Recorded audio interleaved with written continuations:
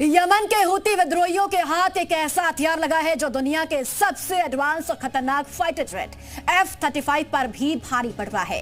इस हथियार की ताकत इतनी है कि फाइटर जेट F-35 को अपना रास्ता बदलने के लिए मजबूर होना पड़ता है। कहां से आया हूती विद्रोहियों के पास ऐसा एयर डिफेंस सिस्टम जिसकी रडार F-35 को भी कैच कर उसे मार गिराने में सक्षम दिख रही है? यह सवाल दुनिया भर के डिफेंस एक्सपर्ट के लिए एक पहेली बन गया है।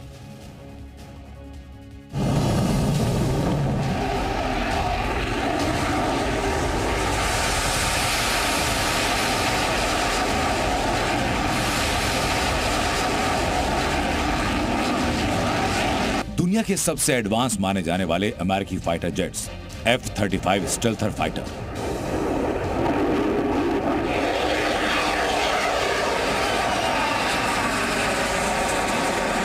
अमेरिका का ही दूसरा जंगी जहाज F-16 फॉल्कन।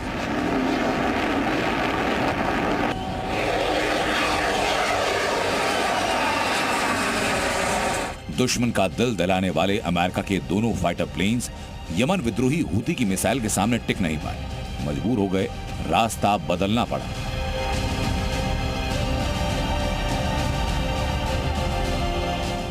दुनिया हैरत में है, बड़े बड़े डिफेंस एक्सपर्ट हक्का बक्का हैं। ऐसा क्या हुआ कि अमेरिका के खतरनाक F-35 स्टेल्थ फाइटर प्लेन्स को अपना रास्ता बदलना पड़ा?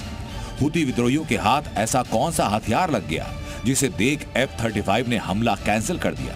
यहां तक कि हूती हमले में अमेरिकी एयरक्राफ्ट कैरियर से 2 विमान भी पानी में गिर गए। हूती विद्रोहियों ने अमेरिका को $700 मिलियन का चूना लगा दिया। ये थ्योरी उलझ गई कि क्या F-35 जैसे लड़ाकू विमानों को भी मार गिराने की हूती विद्रोहियों ने क्षमता हासिल कर ली?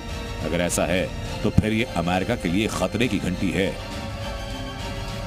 हूती विद्रोहियों ने अमेरिका के F-35 फाइटर प्लेन्स और F-16 फॉल्कन, इन दोनों हाईटेक फाइटर जेट्स पर निशाना साधा और दोनों लगभग तबाह हो चुके थे। यह हमला अमेरिका के एक बड़े सैन्य अभियान ऑपरेशन रफ राइडर के दौरान हुआ, जो सेंटकॉम कमांड के नेतृत्व में चलाया जा रहा था।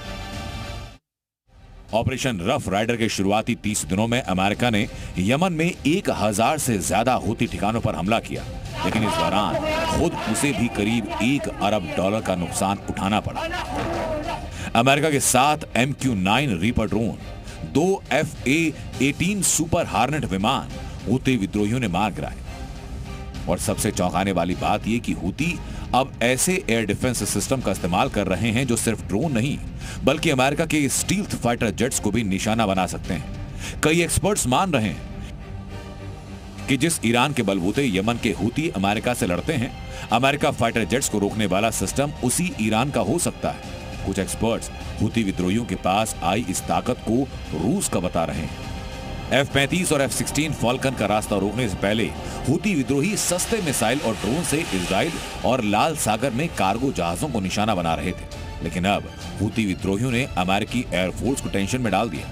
हालात की गंभीरता को देखते हुए 5 मई 2025 को व्हाइट हाउस ने ऑपरेशन रफ राइडर को तत्काल रोकने का आदेश दिया। ओमान की मध्यस्थता से अमेरिका और हूती विद्रोहियों के बीच एक अस्थायी युद्ध विराम का समझौता हुआ है, जिसमें दोनों पक्ष एक दूसरे पर हमला नहीं करेंगे। हालांकि ये भी साफ नहीं कि अगर हूती फिर इजराइल पर मिसाइल हमला करते हैं तो अमेरिका उस स्थिति में क्या करेगा। ब्यूरो रिपोर्ट, जी मीडिया।